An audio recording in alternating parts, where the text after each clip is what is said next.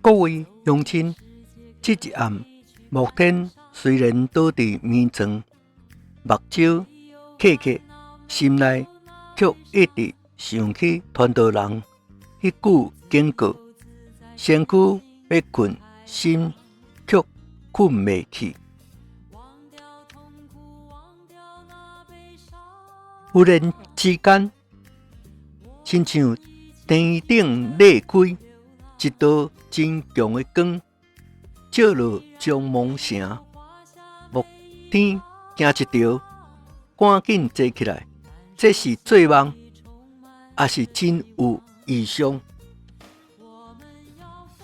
光的后边，亲像有火焰一直落来。木天的心愈来愈惊，伊随时想起传道人讲，这座城毋是永远存在，如今亲像亲目看见。异象内有人游玩饮酒作乐，有人游玩拼命趁钱，有人完全无感觉危险，只有几个人抬头望天。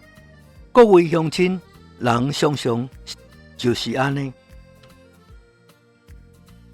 木天忽然惊醒，满身是汗，伊跪落来，第一解迫切的祈祷：上帝啊，若这真正是你的天赐，求你带领我。异象过去啊，不过木天的心无法度恢复原来平静。伊开始相信上帝真正在呼召伊。各位乡亲啊，上帝有时用伊的话，有时用异象，要唤醒人的心。木天敢会真正踏出第一步？要知影后来安怎？咱后回继续讲落去。